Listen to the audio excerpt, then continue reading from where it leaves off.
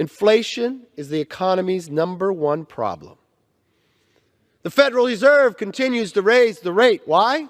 Because you took the majority. It's raising rates, and you still don't get it. But Democrats want this bill to put more pressure on the working family, because you know better than the working family, apparently. Americans have had enough. That's why, again, millions voted to fire the Democrats on this one-party rule. Mr. Speaker, second, the omnibus spending bill intensifies the crisis at the southern border. Now, I know, Mr. Speaker, maybe the Rules Chair will say they're all putting the people before politics. That's why the President says there's more important things to do to even visit the border. He hasn't had much time in his 40 years of elected office to have a chance to visit the border.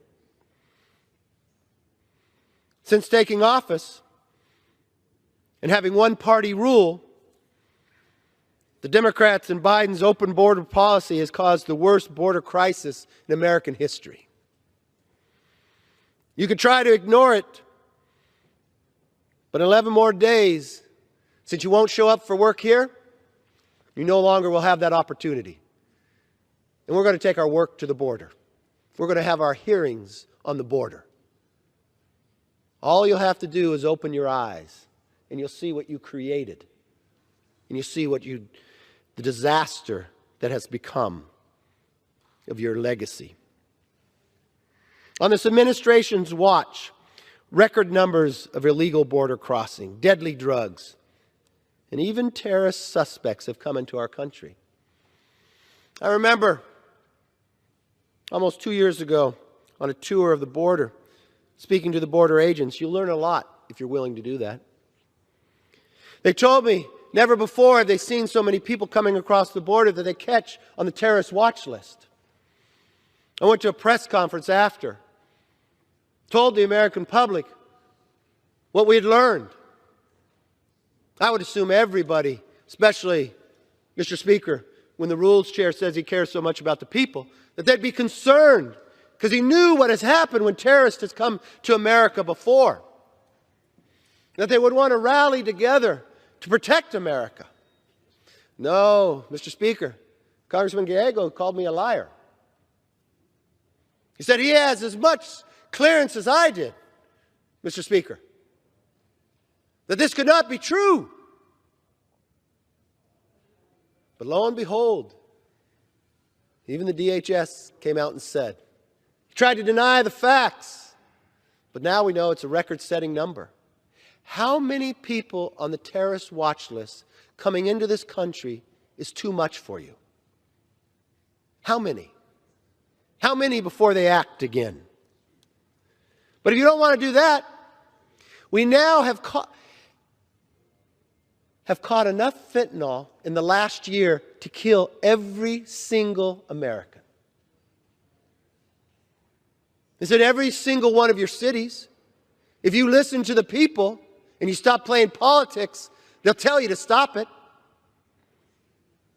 There's enough now to kill 10 times over every single American. My good friend Guy Reschenthaler on the Rules Committee just recently told you. Today, well, as many of you sit home and let somebody have cast your vote, 300 Americans will be poisoned and die from fentanyl, from your lack of action. And what does this do to stop it? Nothing. What does it do to help manage the crisis at the border? Well, this bill provides more for migrant shelter services and reduces the number of ICE detention beds. These facilities that eventually release even more migrants across the country. Meanwhile, this disastrous bill reduces funding for border technology that would prevent more illegal border crossings in the first place. This bill funds, and you should brag about this, 300 additional Border Patrol agents. But as you brag about that, there will be 3,000 illegal border crossings in one single day just in El Paso. You go over one overpass in El Paso, And in 7 weeks, 70,000 people came to that one location. But I know you care about the people on the border because you say so. It's just not the border of America.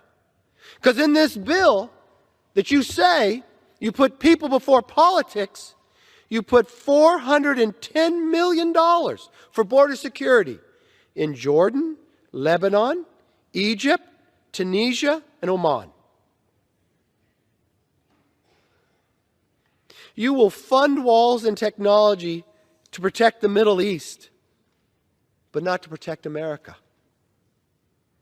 And what's worse, you brag about it.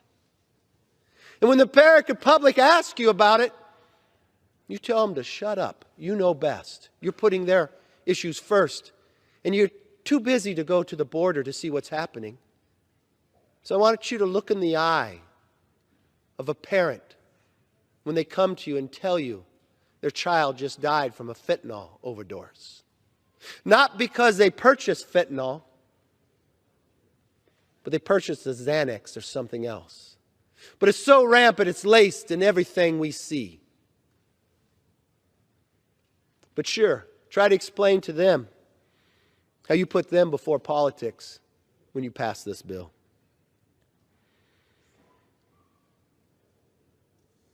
This omnibus will continue to fully fund the IRS, including the 87,000 new agents, and do nothing to protect you, the family, or your business from being targeted by the government.